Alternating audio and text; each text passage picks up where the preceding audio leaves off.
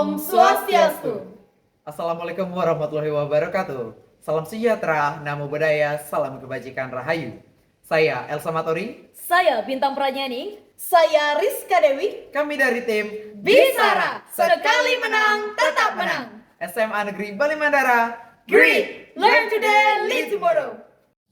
Dalam perdebatan ini kami tidak menolak prinsip dan tidak pula mengubah arah kebijakan luar negeri Indonesia.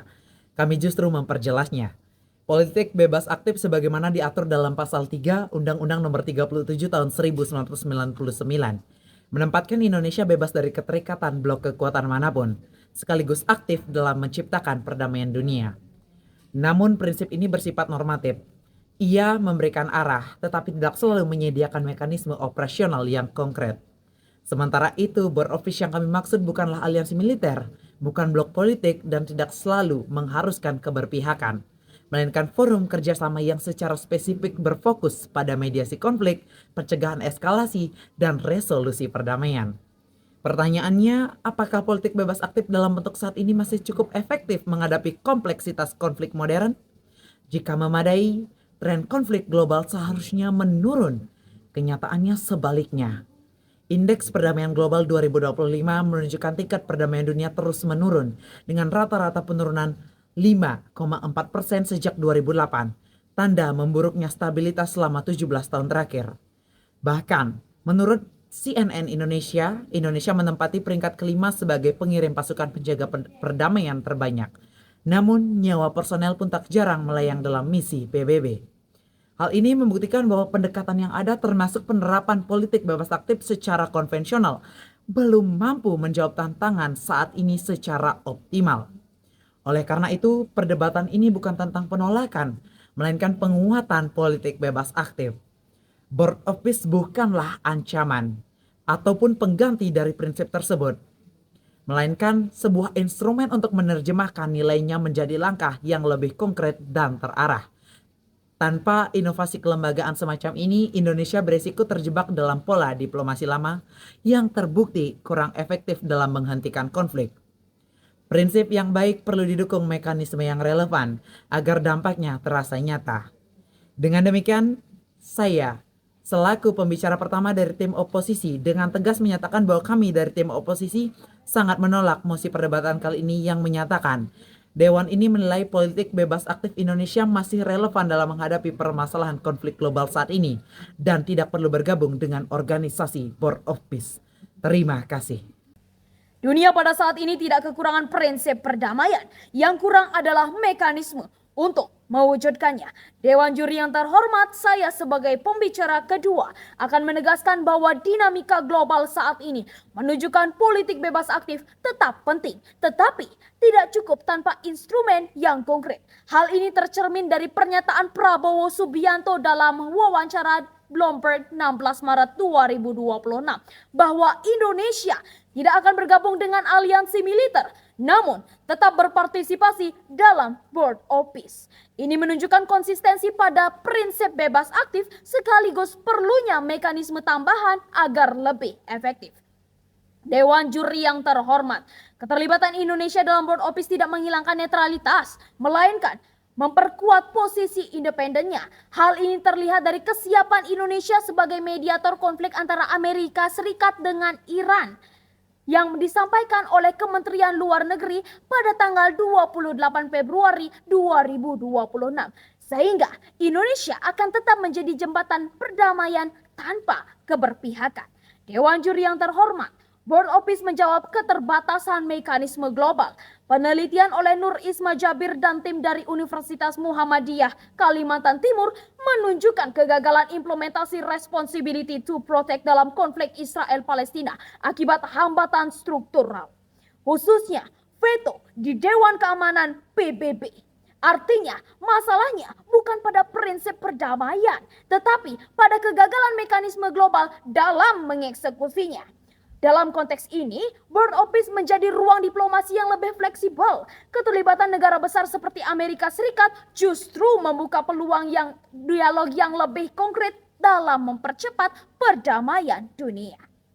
Dewan juri yang terhormat, Permasalahan utama politik bebas aktif terletak pada sifatnya yang normatif, yang memberikan arah moral tetapi tidak memiliki daya paksa atau mekanisme operasional. Hal ini terlihat dari minimnya peran Indonesia dalam konflik besar seperti Rusia, Ukraina, dan Israel-Palestina yang masih didominasi oleh negara besar. Dewan Juri yang terhormat, data global memperkuat urgensi tersebut. Laporan Uppsala Konflik Data Program pada tahun 2025 mencatat 60% konflik bersenjata pada tahun 2024, tertinggi sejak 1946 dengan 11 perang besar.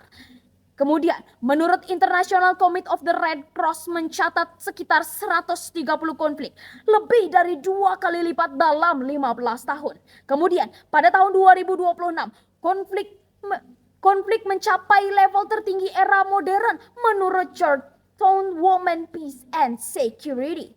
Dengan lebih dari 204.000 peristiwa kekerasan dan 240.000 korban jiwa. Konflik di Ukraina, Gaza, Sudan, dan Pakistan terus menimbulkan korban besar yang menunjukkan eskalasi konflik global. Dewan Juri yang terhormat, fakta ini menunjukkan bahwa netralitas tanpa instrumen konkret tidak cukup. Politik bebas aktif cenderung menempatkan Indonesia pada posisi moral, bukan strategis. Oleh karena itu, keterlibatan dalam mekanisme seperti board office menjadi kebutuhan untuk meningkatkan pengaruh Indonesia dalam penyelesaian konflik. Dewan Juri yang terhormat, dengan demikian politik bebas aktif tetap menjadi fondasi kebijakan luar negeri Indonesia. Namun, untuk menghadapi kompleksitas global pada saat ini diperlukan instrumen tambahan yang konkret dan operasional. Board office bukan bentuk keberpihakan, melainkan sarana untuk memperkuat peran Indonesia sebagai mediator dan penjaga kepentingan nasional. Sekian, terima kasih. Pertama, bayangkan sebuah kapal yang mulai bocor di tengah lautan. Alih-alih memperbaikinya atau menambah alat keselamatan, kita justru berkata, kapal ini dulu pernah membawa kita sampai tujuan, jadi pasti masih cukup. Pertanyaannya, apakah keyakinan ini akan menyelamatkan kita atau justru menenggelamkan kita? Dewan Juri yang terhormat serta tim proposisi, selamat pagi. Saya sebagai pembicara ketiga di sini akan menegaskan bahwa board office bukanlah ancaman, melainkan langkah strategis untuk meningkatkan keterlibatan Indonesia dalam perdamaian dunia. Sekarang, bahkan framing terbaik dari tim proposisi pun belum mampu menjawab realita yang ada. Dibuktikan ketika tim pro mengakui bahwa sistem global saat ini sering mengalami kebuntuan, konflik yang terus berlanjut, bahkan mereka bersikeras bahwa Indonesia tidak memerlukan instrumen tambahan apapun. Disinilah kontradiksi mereka terlihat jelas. Jika politik bebas aktif memang sudah cukup efektif, mengapa realitas global menunjukkan sebaliknya? Jika netralitas adalah kekuatan utama, mengapa konflik tidak semakin mereda? Dan jika sistem yang ada mereka akui memiliki keterbatasan, atas dasar apa mereka menolak upaya untuk memperkuatnya? Dewan Juri, mari kita lihat bersama, fakta global justru menunjukkan arah yang berlawanan. Data dari Institut Penelitian Perdamaian Also pada periode 2022 hingga 2023 menunjukkan bahwa konflik bersenjata global meningkat signifikan dan mencapai level tertinggi sejak akhir Perang Dingin. Sementara itu, Stockholm International Peace Research Institute mencatat bahwa pada tahun 2023 pengeluaran militer dunia mencapai rekor tertinggi. Bahkan dalam forum seperti Dewan Keamanan PBB, penyelesaian konflik kerap terhambat oleh penggunaan hak veto dan kepentingan politik. Maka jelas mempertahankan pendekatan lama tanpa inovasi bukanlah bentuk konsistensi, melainkan stagnasi.